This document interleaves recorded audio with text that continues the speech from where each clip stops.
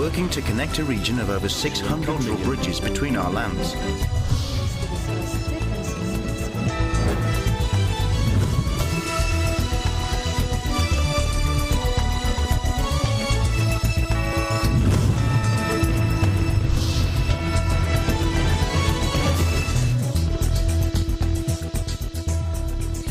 Good evening, I'm Eliana Sebastian reporting from your Vietnam Bureau. On tonight's headlines.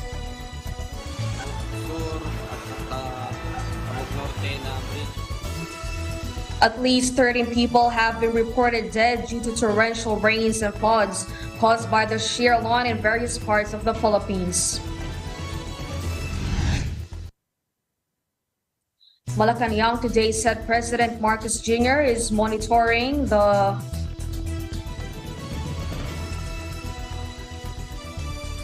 distribution of immediate assistance in flooded areas in the Visayas and Mindanao. Indefensible. A Myanmar junta court will give its verdicts on 5 remaining charges in the 18-month trial of jailed civilian leader Aung San Suu Kyi on Friday. Indefensible.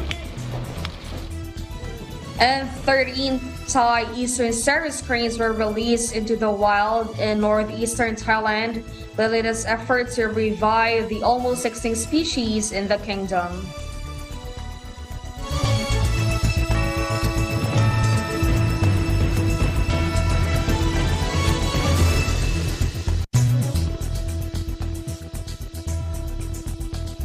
First, in our news, at least 13 people have been reported dead due to torrential rains and floods caused by the shear line in various parts of the country. According to the National Disaster Risk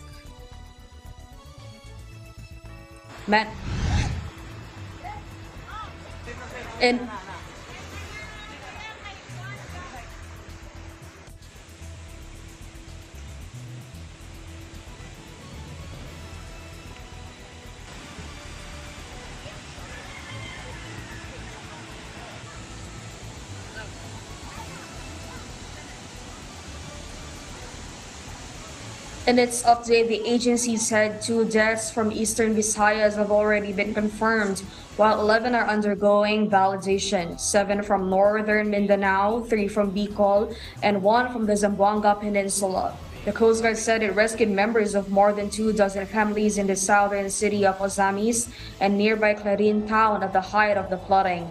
The Civil Defense Office said 2 others, including a baby girl, drowned in the eastern towns of Libmanan and Tinambak after they were hit by floods several days before Christmas.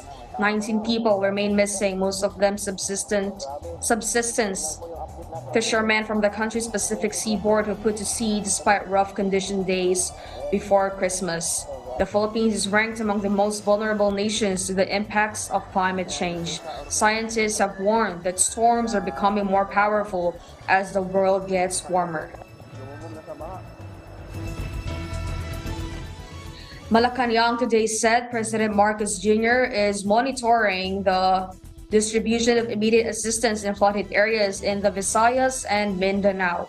Undersecretary Chiloy Gadafil, officer in charge of the Office of the Press Secretary, said the president is holding meetings with concerned government officials at Malacanang Palace in Manila to get updates on areas submerged in floodwaters caused by the shear line. The Department of Social Welfare and Development, or the DSWD, upon Marcos's directive, kicked off Sunday the relief operations in villages affected by the flooding in Visayas and Mindanao. Based on the DSWD data, as of Monday, around 5,487 families or 69,323 individuals in 98 villages are affected by the massive flooding in the eastern Visayas, northern Mindanao, and Caraga due to heavy rainfall caused by the shear line. The shear line will bring moderate to heavy rains, with at times intense rains over southern Palawan, eastern Visayas, Bohol, Caraga, and northern Mindanao in the next 24 hours.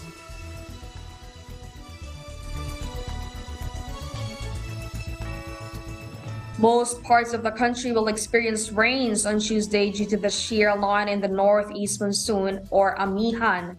In its early morning forecast, the Philippine Atmospheric, Geophysical, and Astronomical Services Administration, or the PAG-ASA, said the shear line is affecting the Visayas in the northern portion of Mindanao, while the northeast monsoon is affecting Luzon. Let's listen in. Patuloy pa rin ang epekto ng shear line. Ito yung boundary line pagitan ng malamig na hangin at mainit na hangin. Itong shear line ay naapektuhan pa rin ang Visayas at kasama na rin ang northern portion ng Mindanao. Kaya makakaasa pa rin tayo ng mga pag-ulan dulot nito. Samantala, itong malakas na amihan ay patuloy na nakakaapekto sa Luzon. Bukod sa malamig na simoy na hangin, asahan din ng mga pag-ulan dulot nito sa silangang bahagi ng Luzon.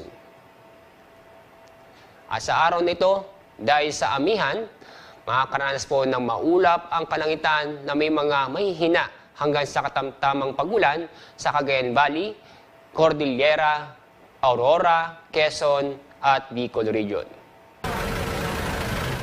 Cloudy skies with rains are expected over the regions of Cagayan Valley, Cordillera, Bicol, and the provinces of Aurora and Quezon due to the northeast monsoon.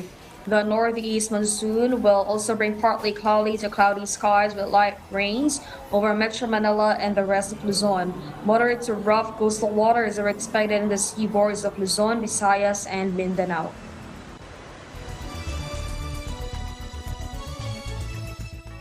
We're coming on the air with dangerous and deadly conditions in the U.S., where our kababayans are also facing these treacherous conditions. We're learning more on just how many people have been killed by this massive winter storm. Rescue crews just now getting into some places to clear snow. Stranded cars with officials basically begging people to stay inside in what authorities call the blizzard of the century that has now killed 55 people. Take a look. We have been through a lot of wars together, and this blizzard is the one for the ages. Certainly it is the blizzard of the century. And we are here to talk about our collaborative approach to dealing with this crisis, that it is a crisis. Too many tragic times finding people who did not survive the experience.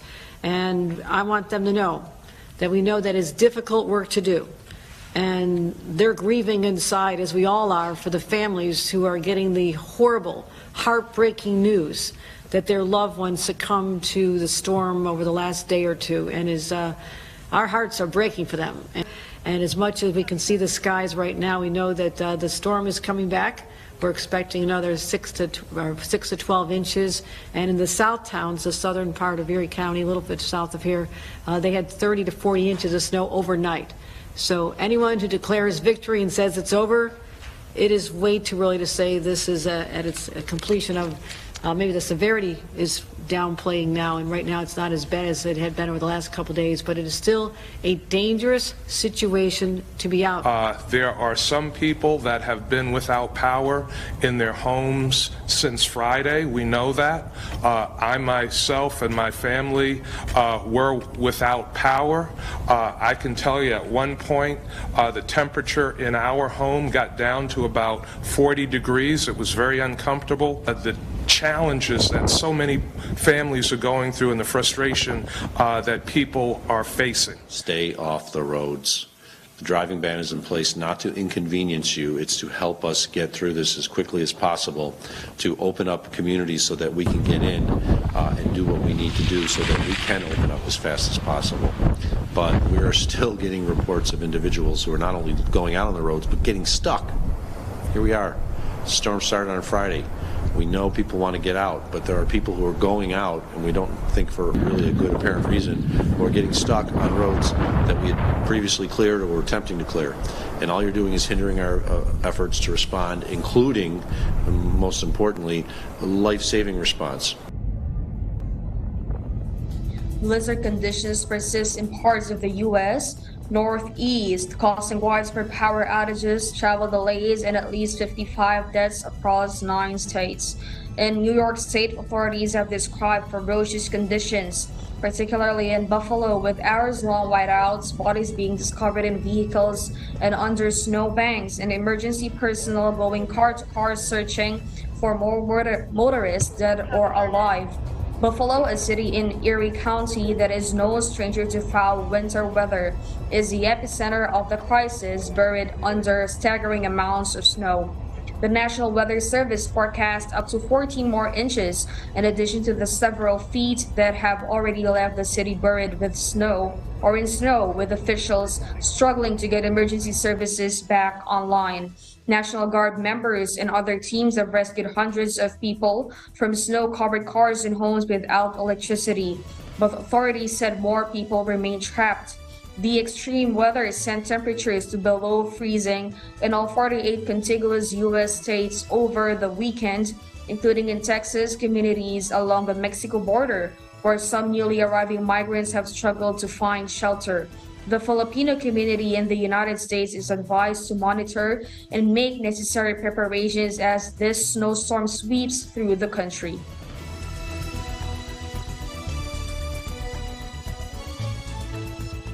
One of the most beautiful shorelines in the world, a haven of fun in the summer and a place to cool off in the heat. But when the deepest cold of winter comes, the lake transforms into a majestic frozen world.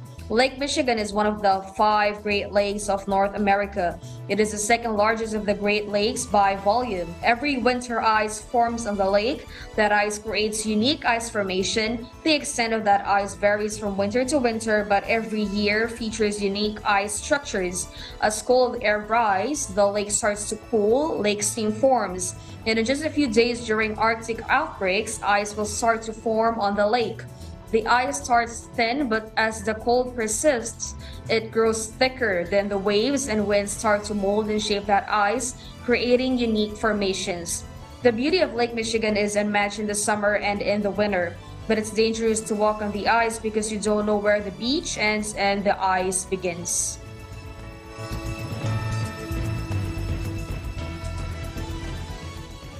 In other news, a Myanmar junta court will give its verdicts on 5 remaining charges in the 18-month trial of jailed civilian leader Aung San Suu Kyi on Friday. Suu Kyi has been a prisoner since the military toppled her government in February last year.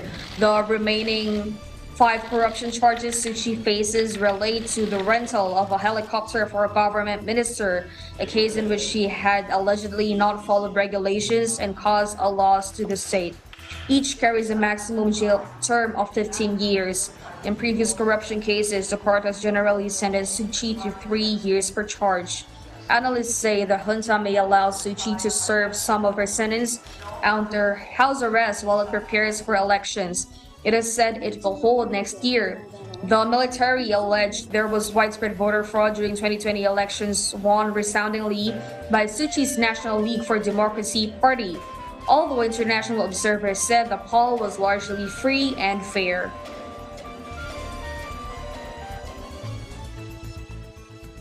Asian markets rose on Tuesday after China said it would end quarantine for arrivals. It spurred hopes for the revival of the world's second largest economy. The news has sent people in China rushing to search for overseas flights and is said to be a major boon for business travel into the world's second largest economy. Tokyo, Seoul, Shanghai, and Singapore were all higher, while markets in Hong Kong and Sydney were still closed for the holiday break. After a holiday for commodities traders on Monday, oil continued its surge after a senior official saying Russia could cut up to 7% of its production next year.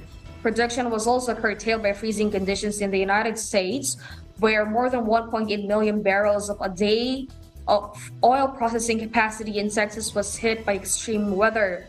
Bloomberg News reported both Brent crude and West Texas Intermediate jumped nearly 1% over the supply shortfalls and expectations of renewed demand from China.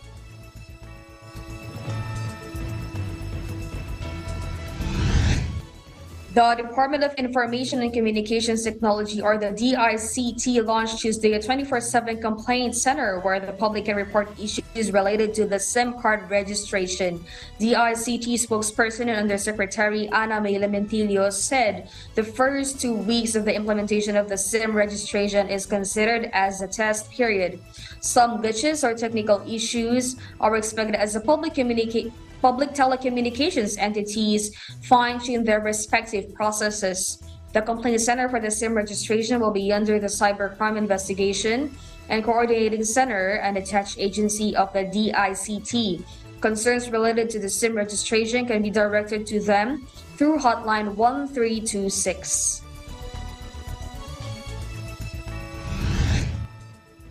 Samsung Electronics Co. on December 23 held an opening ceremony for a research and development center in Vietnam in what the tech giant said is the largest such facility in the Southeast Asian country set up by a foreign firm.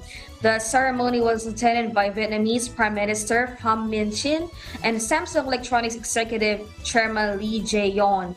The 16-story center was designed to house 2,200 employees, which will research and develop software and technologies for mobile phones and other smart and network devices.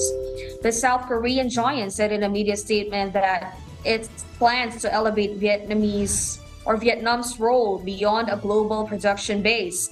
Earlier this week, Nikkei Asia also reported that Apple might move part of its MacBook production to Vietnam by mid-2023 as part of further efforts to diversify its supply chain outside China.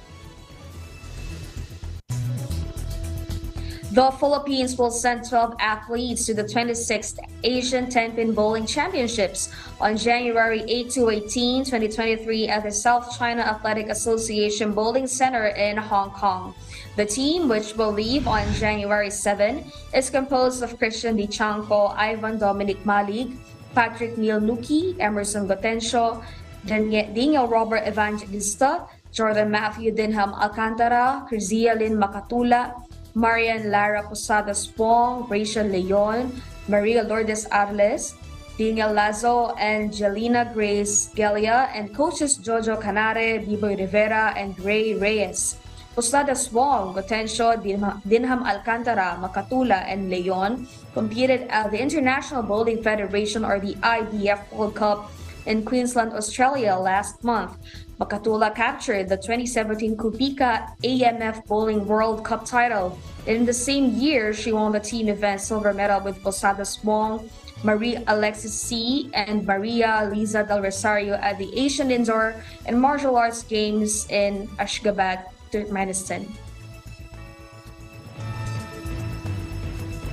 As the sun came up, 13 Thai Eastern Ceres cranes were released into the wild, noisily flapping over a rippling reservoir in northeastern Thailand, the latest effort to revive the almost extinct species in the kingdom.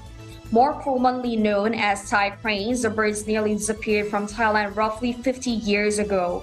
They were last spotted in the wild in 1968 before a collaboration between the Thai government, Nakhon Ratchasima Zoo, and United Nations to save them. Take a look.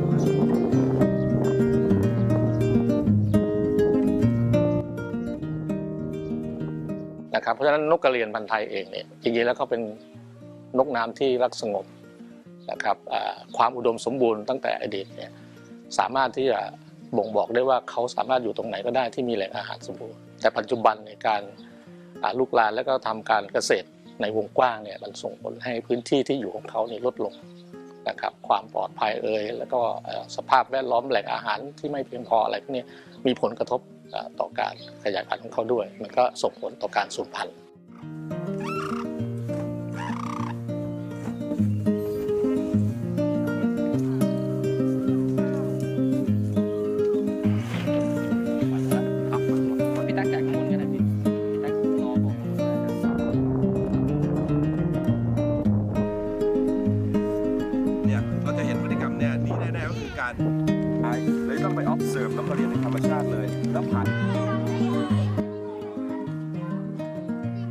ณปัจจุบันนี้ทุกคนเห็นแล้วนะครับว่าเป็นคนพึ่งนกคำว่าคนพึ่งนกก็คือนกเนี่ยจะไปดึงดูดให้นักท่องเที่ยวเข้ามาในพื้นที่เพราะเป็นแห่งเดียวในประเทศไทยที่นกกระเรียนพันธุ์ไทยเนี่ยดำรงชีวิตอยู่ได้แล้วก็ขยายพันธุ์ด้วยตนเองได้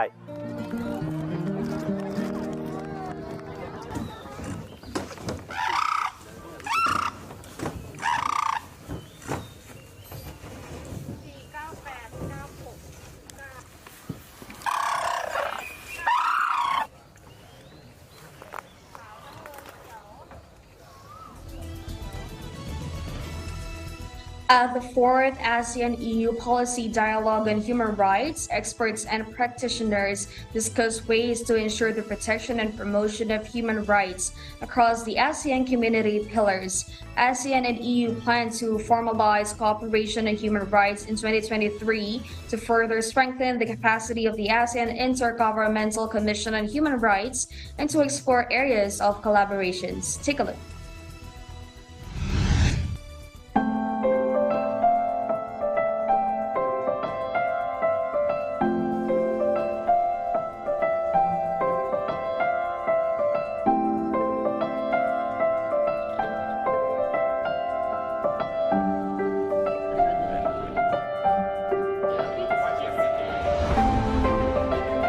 As the co-host of this dialogue, I would like to welcome everyone to the fourth ASEAN-EU Policy Dialogue on Human Rights. Since 2015, the ASEAN-EU Policy Dialogue on Human Rights has been the platform for the two regions to exchange views on the development and challenges on human rights in ASEAN and the EU. Very good morning to all of you. I am pleased to welcome you to the ASEAN Secretariat for the fourth policy dialogue between ASEAN and the European Union on human rights.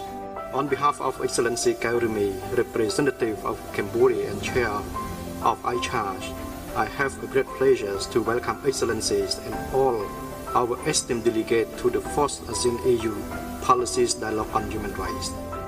Our dialogue is an opportunity for the European Union and the Association of Southeast Asian Nations to reaffirm the shared commitment to the promotion and protection of human rights and fundamental freedoms.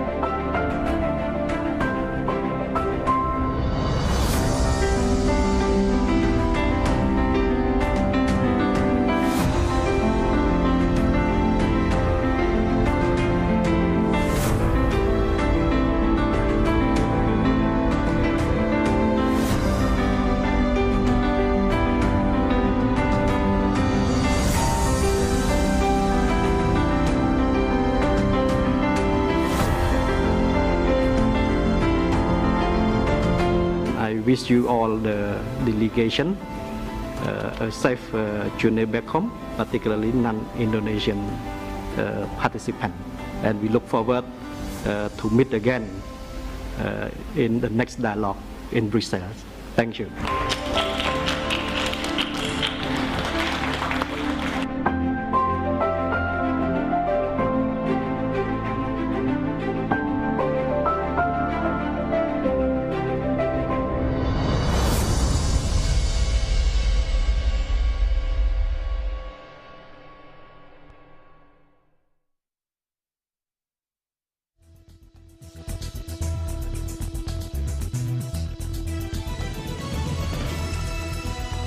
As my usual habit, I'd like to end the day on a positive note. Let's encourage and build each other up so that no one is left behind. From EBC Vietnam Bureau, I'm Eliana Sebastian. Stay in the news because we live in extraordinary times.